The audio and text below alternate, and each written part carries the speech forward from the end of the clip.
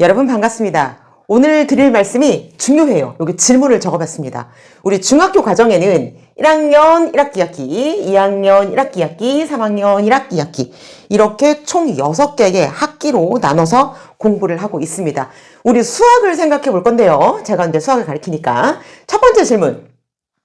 6개의 학기가 있는데 이 6개의 학기 중에서 어떤 학기가 가장 중요할까요? 딱 한 가지만 다 중요합니다. 그런데 딱 한 가지만 이 학기는 정말 중요해 라고 딱 하나만 꼬집는다면 뭐라고 대답하시겠어요? 바로 얘기해 드리도록 하겠습니다. 1-1입니다. 1학년 1학기 어렵냐고요? 그렇지 않습니다. 그런데 어떻다? 중요하다. 왜 이런 얘기를 하고 있는지 생각을 한번 해보시면 좋을 것 같아요. 우리 1학년 1학기 때에는 대수, 기하 중에 어떤 걸 배우냐면 대수를 배웁니다. 그러면 우리가 생각을 해봐야 될 게 대수라는 게 있고 또 뭐가 있죠? 기하라는 게 있고 도형이죠. 그 다음 또 하나가 뭐가 있냐면 확률과 통계가 있습니다. 그래서 얘를 줄여서 확통 이렇게 얘기를 하는데 중학교 전체 과정을 보면 대수가 한 60 정도 됩니다. 기하가 한 30 정도 됩니다. 그리고 확률 통계를 한 10 정도, 이 정도의 비율과 중요도를 가지고 있다. 이렇게 볼 수가 있어요. 그래서 1학기 때 1학년, 1학기 2학년, 1학기 3학년, 1학기에서는 주로 대수를 다루고 있고요. 우리가 소위 말하는 방정식, 부등식, 함수, 기본적인 연산, 우리 실생활에 활용 문제들도 많이 나오죠. 이런 것들이 1학기에 배우고 2학기, 1학년 2학기, 2학년 2학기, 3학년 2학기에 가서는 기하와 확률 통계가 나옵니다. 그래서 1학년과 2학년, 3학년 요거를 확률 단원, 통계 단원 이렇게 조금 분리를 해서 표를 정리하는 것부터 용어부터 배우기 시작을 합니다. 그러면 2학기의 비율을 봤을 때 보통 2학기를 4개의 단원으로 나누면 앞에 한 3개 정도는 기하 파트에 들어가고요. 마지막 한 단원이 확률 단원 또는 통계 단원 이렇게 들어갑니다. 그래서 이렇다라고 보면 되는데 중학교 자체 내에서 대수에 대한 비율이 굉장히 높고요. 고등학교에 올라가면 얘가 어떻게 되냐면 얘 따로 나오기보다는 얘는 보통 따로 나오는 경우들이 있고 연계성이 좀 적기는 해요. 그런데 확률 통계라는 한 과목으로 한 학기 동안 또 배우게 되죠. 얘가 연결되어서 나오는 것들이 많습니다. 중학교 때에는 기하가 어떻게 보면 그냥 기본 내용에 충실한 거죠. 삼각형, 점선면, 각도, 이렇게 사각형, 원 이런 식으로 기하의 그 내용, 도형 자체에 조금 포커스를 맞추고 있다면 고등학교에 올라가면 이게 해석 기하로 바뀌면서 함수와 여기 있는 기하가 합쳐지게 돼요. 그러니까 얘만 중요해, 얘는 안 중요해 이렇게 볼 수가 없다는 말이에요. 자, 이 얘기를 제가 지금 하는 이유는 이번하고도 또 연결이 되기 때문입니다. 그래서 대수를 우리가 잘하면 수학에 조금 자신감을 가지고 1학기 성적은 어느 정도 나오게 되어져 있는데 1-1에서 중요한 기초 개념, 수학 용어, 정의, 기본적인 계산할 수 있는 원리 이런 것들을 배우게 돼요. 제가 수업을 하는데 아이들이 중학교 1학년을 지나간 또는 배울 아이들이 있다면 이항이라는 거를 알 거예요. 이항. 어저께 이거 수업을 하다가 학생이 기계적인 대답만을 하기에 이것 때문에 한 30분 이상을 소요를 해서 아이에게 직접 이항의 원리를 찾으라고 시켰습니다. 문제가 뭐냐면 x 더하기 3은 7 이렇게 있어요. 그러면 아이들이 이거를 계산할 때 이항은 여기 있는 플러스 3이 좌변에 있는 게 우변으로 넘어가서 x는 7-3이다 이렇게 쓸 수 있는 게 이항이거든요. 그러니까 지금 플러스 3이 항을 옮겨가면서 마이너스로 부호가 바뀐 거예요. 그래서 제가 물어봤습니다. 아무개야 얘가 이렇게 될 수 있는 근거가 뭐니? 원리가 뭐니? 이렇게 얘기를 하는데 그 아이는 뭐라고 얘기를 하냐면 이항하면요 더하기가 마이너스로 바뀌니까 부호를 바꿨었어요. 얘는 이항을 하는 방법이고 결론이지 왜 이렇게 할 수 있는지에 대한 설명이 아니에요. 그죠? 그러면 얘를 어떻게 설명해야 되느냐? x값을 구하기 위해서는 좌변이 x 플러스 3이야. 그러면 여기는 3이 없었으면 좋겠어. 그러면 우리는 등식의 성질에 의해서 얘를 조금 바꿔줄 수가 있는데 어떻게 바꾸냐면 양쪽에 똑같이 어떻게 하는 거야? 빼기 3을 해줄 거야. 양쪽에 같은 수를 빼도 괜찮다. 요거를 이제 앞단원에 배우거든요. 그래서 얘가 어떻게 되는 거냐면 x 플러스 3 마이너스 3은 7 마이너스 3 이렇게 되더라. 그런데 여기 가만히 보니까 플러스 3 마이너스 3을 하면 얘가 사라지잖아. 그렇지? 그러면 얘가 없어지니까 얘 x만 남게 되는 거고 오른쪽은 7 마이너스 3이 그대로 있네. 이렇게 되는 거죠. 그런데 요거 중간 과정을 이렇게 단계 가야 되는데 이 중간 과정을 생략하고 우리는 원인 결과 전, 후 이렇게 비교해 봤을 때 결국은 이 과정을 거쳐서 가는 거는 원리는 맞는데 번거로워. 그러니까 우리가 빨리 풀어야 되잖아. 간단하게 쉽게 풀어야 되잖아. 그러니까 이 결론이 똑같이 되니까 그냥 얘를 항을 옮겨서 대신 부호가 바뀌더라. 왜 바뀌어요? 양변에 똑같은 수를 얘 때문에 똑같은 3을 빼줬으니까 그 결과만 남아서 이렇게 이항을 하자. 이항을 하면은 부호를 반대로 바꾸는 거야 라고 해서 결론을 외우게 됩니다. 그러니까 요 과정을 생각하는데 학생 스스로 책을 보면서 찾게 했거든요. 읽어. 또 읽어. 왜 그러지? 아니야. 놓쳤어. 다시 한번 찾아봐. 집요하죠. 그래서 요거를 결국은 이해를 했습니다. 그리고 나면 이 학생이 다음에 이항하는 거에 대한 개념과 문제를 잊어버리지 않고 잘 풀 수 있게 됩니다. 이런 상황이었었어요. 그러니까 이런 식으로 이제 하나의 예를 들었는데 모든 수학적인 용어, 개념 이런 것들 앞으로 2학년, 3학년 고등학교 가서도 수학을 포기하지 않고 내가 2학년부터 할 건데 한번 해보자. 그러면 뭐가 돼 있어야 돼요? 얘가 돼 있어야 돼요. 그래서 앞으로 수학을 길을 뚫어줄 수 있는 그 과정이 1-1이기 때문에 가장 중요하다. 그러면 이렇게 물어봅니다. 선생님 그럼 1-1이요. 그렇게 중요하면 심화를 꼭 해야 되나요? 아니요. 심화까지는 안 해도 괜찮아요. 물론 하면 좋습니다. 그런데 심화를 1-1을 무조건 해야 된다. 그것보다는 심화보다는 저는 조금 이렇게 반복해서 보도록 하고 있어요.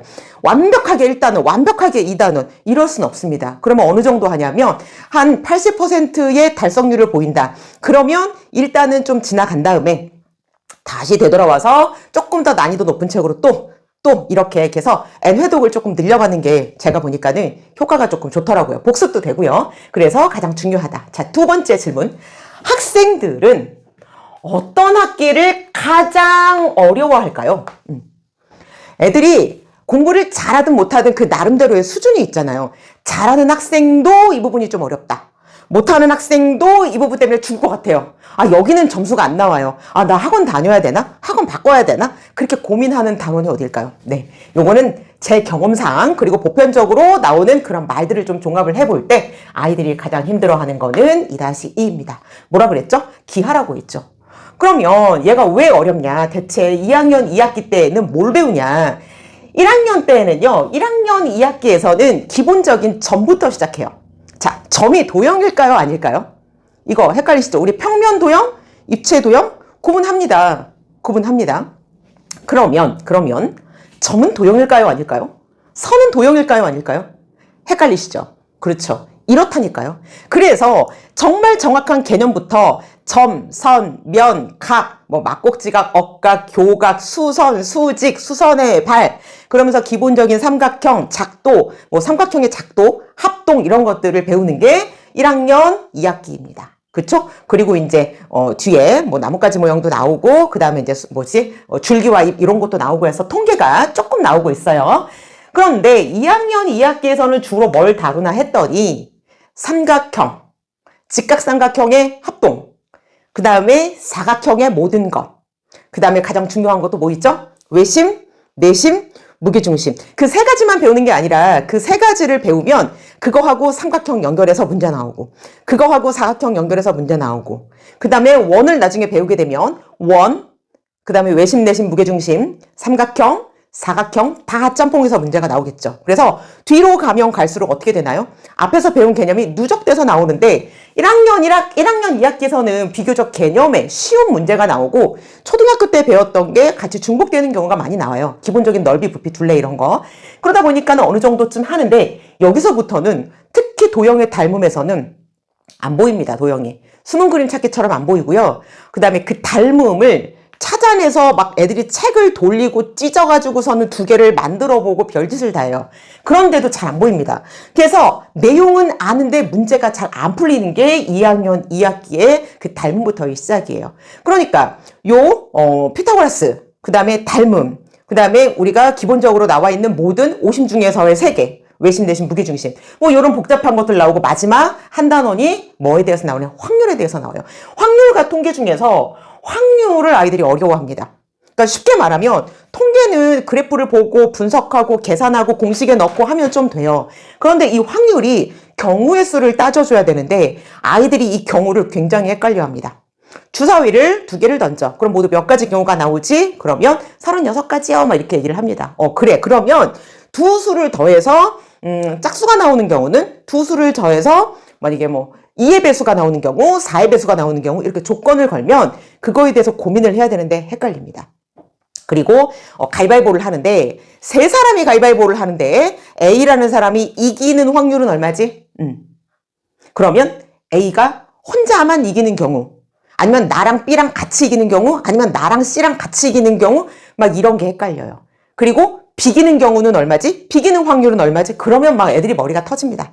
거기다가 막 이제 축구나 토너먼트냐, 리그냐, 그다음에 야구, 안타, 타율 막 이런 거 나오게 되면 애들이 일상생활에서 접목되는 문제를 딱 놓으면 생각보다 생각 많이 해야 되거든요. 생각하는 훈련이 안 돼서 확률을 굉장히 어려워하고요.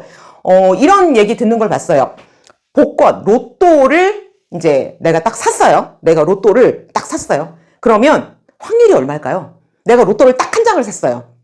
그러면 확률이 글쎄 내가 이걸 얼마나 기대할 수 있지? 이렇게 굉장히 희박하지만 그래도 샀으니까 요만큼이라도 눈꽃만큼이라도 기대를 해보자 이렇게 생각하잖아요. 어떤 학생이 얘기합니다.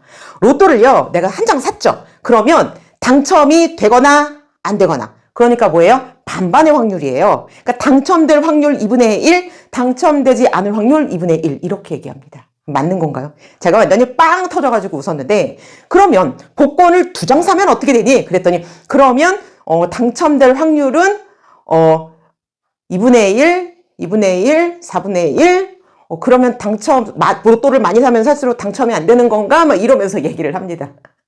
이게 실제로 학생이 얘기를 한 거예요. 제가 들은 겁니다. 이런 식으로 확률이 어려워져요. 그러다 보니까 전반적으로 2학년 2학기 내용이 다 어려워. 이렇게 돼요. 중간고사 망했어. 중간고사 망하면요. 기말고사는 완전 망합니다.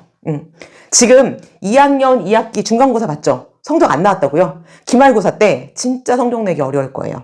앞부분이 안 된 채로 닮음을 하기가 너무 힘들고 확률 통계 또 어렵고 확률 통계는 의외로 사고력이 좋은 학생들은 기하는 못하는데 잘하는 경우도 있습니다.